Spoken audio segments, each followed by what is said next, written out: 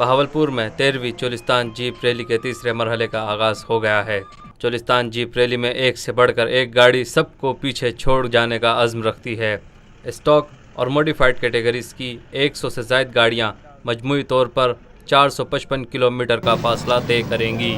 13ویں jeep rally میں خواتین drivers کی شمولیت سب کی توجہ کا مرکز بن گئی۔ دلچسپ اور سنسنی خیز جیپ ریلی میں شریک خواتین کی کارکردگی نے دیکھنے والوں کو ورطۂ حیرت میں ڈال دیا۔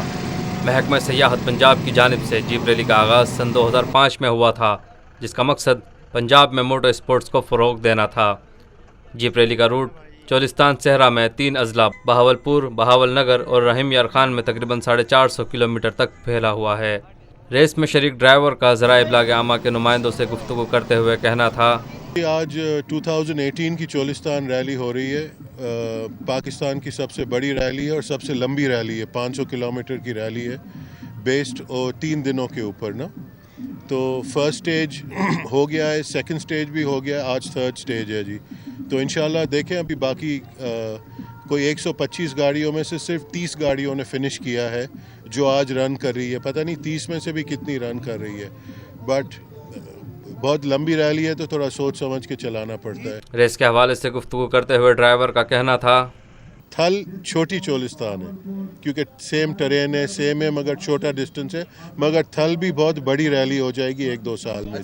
ٹریک کے حوالے سے گفتگو کرتے ہوئے ڈرائیور کا کہنا تھا، ہر سال امپرومنٹ ہوتی ہے انتظامیہ میں، مگر میرے نظر میں تھوڑی اور امپرومنٹ ہو تو اور بہتر ہوگا۔ تو ہم لگے ہیں جی، ان کو نیکسٹ ایئر انشاءاللہ اور امپرومنٹ ہونے کے لیے چانسز اچھے ہیں جی۔